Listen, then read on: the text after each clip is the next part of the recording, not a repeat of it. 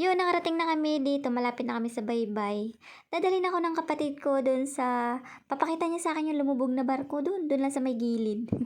Saan namang gilid? Grabe naman makagilid. Siyempre sa may gilid ng baybay. Eh, hindi ba ko nga pala yung boses ko dito kasi may nagsasabi daw ginagaya ko si Miss Jean Biloga ba? Aray ko, hindi ko na magagaya yung boses nun, idol. Ang hirap kaya nun. Pero bahala na kayo, basher, siya. Wala naman akong magagawa dyan. So, ito na yung barko, di ba? Ang laki-laki niyan. First time ko lang makakita niyan. Yung nakikita ko lang is yung Titanic. Ah, di ba? Nakita niya rin naman yung Titanic. Pero ito, totoo na talaga. Nasa gilid. Grabe, tao na talaga ako. Kahit nga sobrang init, walang payong, walang sombrero, okay lang yan. Basta makakita ako ng barko na yan. Ay, lalim-lalim tignan yan ha. Gusto kong maligo pero natatakot ako kasi doon sa may gilid ng baybay doon. Okay lang doon sa may bahay ng kapatid ko pero dito, nakakatakot.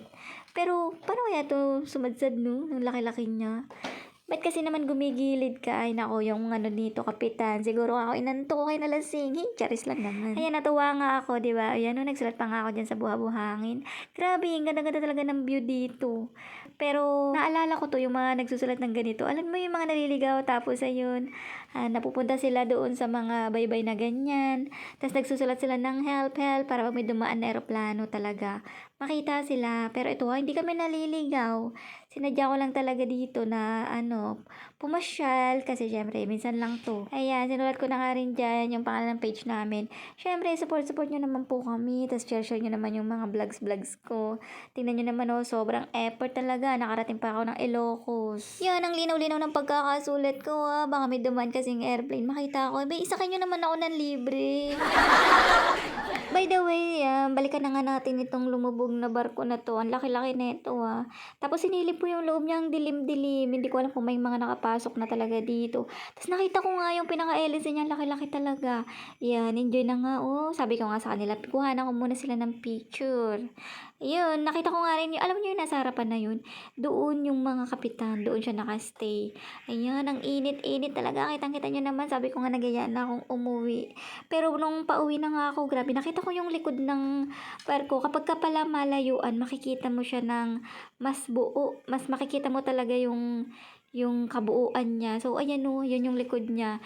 Umangat talaga siya. Tapos may gulong-gulong pa nga. Nagtaka nga ako bakit may gulong yung barko. Ay, Diyos ko, hindi ko alam. Nagtataka talaga ako. Alam ko lang na may gulong yung mga dumadaan doon sa may mga kalsada. Pero eto barko, may gulong. Kailangan ko pa talaga siyang i-search kung bakit may ganyan. Yan yung likod Tapos yung nakikita nyo na yun, yung sa gitna, angkla ba yun? Not sure talaga.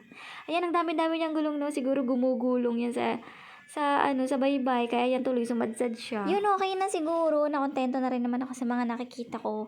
Kailangan na namin umuwi kasi sobrang bilad na talaga kami. Na-enjoy ko yung pamamasyal dito. Yung pag-uwi na nga, nanghiram na nga ako ng sambarilong at ang sakit-sakit na nga ng mukha ko tsaka ng ulo ko. By negra na nga ako. Lalo pa talaga akong iitim. So, next time siguro magiging handa na ako. Kailangan kong magdala ng sombrero kasi kapag kayong hindi mo yun mai-enjoy kapag payong ang dala mo. Kapag kayo nagawi dito, sige, pasyal-pasyal lang kayo. Dito lang yan sa I Love Santa Cruz.